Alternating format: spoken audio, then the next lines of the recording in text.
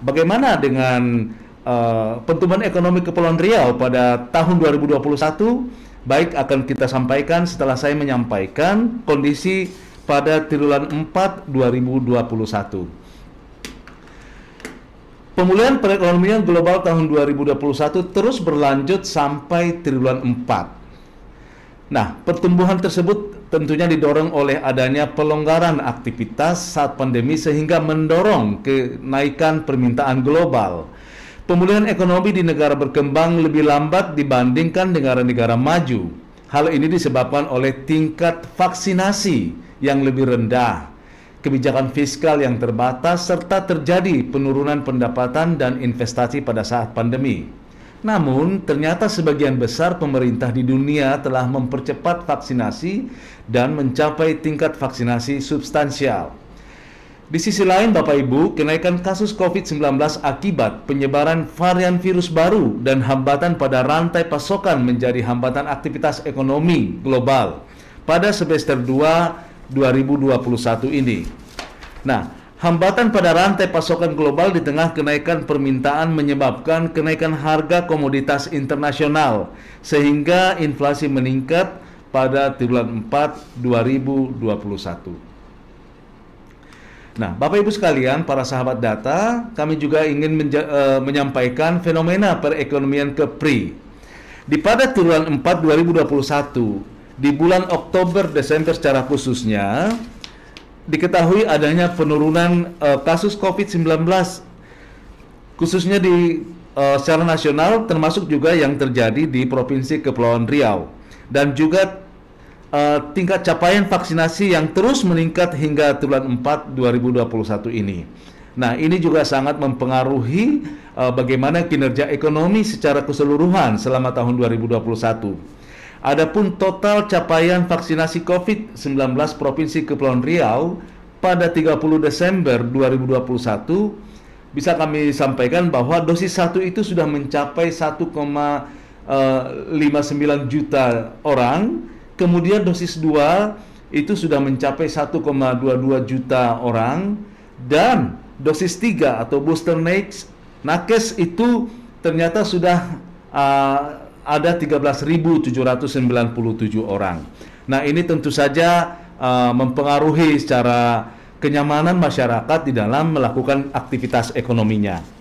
Selanjutnya, inflasi tahun kalender, yaitu Januari sampai Desember 2021, dan inflasi tahun ke tahun, yaitu Desember 2021 terhadap Desember 2020 sebesar 2,26%. Kemudian juga harga-harga barang-barang kebutuhan pokok seperti telur, cabai, dan minyak goreng juga ternyata mengalami lonjakan. Harga ikan pada bulan Oktober juga sempat melambung hingga 2 kali lipat dikarenakan penyediaannya terbatas atau langka. Kemudian juga ditunjukkan dengan indikator harga inflasi dengan rata-rata sebesar 2,29%. Peningkatan jumlah penumpang baik dengan moda transportasi laut yaitu sebesar 112,46%, maupun juga di angkutan udara yang meningkat 143,28% selama triwulan 4 2021. Kemudian, melandainya kasus COVID-19 di KEPRI membuat pemerintah mencabut aturan antigen untuk pelaku perjalanan antar wilayah dalam provinsi dengan moda transportasi laut, dan diberlakukannya aturan antigen dan kartu vaksin dosis kedua untuk moda transportasi udara, di mana capaian vaksinasi di Kepulauan Riau sudah cukup tinggi. Selain itu, kenaikan tersebut juga ditunjukkan oleh peningkatan penerbitan paspor. Selanjutnya adalah adanya peningkatan realisasi belanja pegawai dan belanja barang jasa di instansi pemerintah menjelang akhir tahun. Ini juga sangat mempengaruhi. Di antara belanja tersebut ada pemberian bantuan PNT kepada 1.716 KPM oleh Dinas Sosial Kota Tanjung Pinang. Kemudian juga pembagian BLT lansia pada pertengahan November, dan juga bantuan-bantuan lainnya. Kemudian total ekspor kumulatif bulan Januari-Desember 2021 di Provinsi Kepulauan Riau adalah sebesar 16.019,02 juta US dollar. Jika dibandingkan dengan total ekspor kumulatif Januari-Desember 2020 mengalami kenaikan sebesar 33,42%, yaitu dari 12.006,08 juta US dollar menjadi 16.019,02 juta US dollar. Adanya peningkatan data realisasi pengadaan semen dari Asosiasi Semen Indonesia. Adapun pembangunan yang dilakukan pada triwulan 4 di Provinsi Kepulauan Riau yaitu renovasi pelabuhan penumpang internasional dan domestik di Karimun. Kemudian juga pembangunan jalan di beberapa titik di Kota Batam dan di wilayah-wilayah lain di Kepulauan Riau. Baik, Bapak Ibu sekalian, itu adalah fenomena-fenomena yang akan menunjukkan kinerja ekonomi BPS pemerintah daerah Provinsi Kepulauan Riau. Nah, kita bisa melihat di layar bahwa ekonomi Kepulauan Riau triwulan 4 2021 tumbuh 5,27%.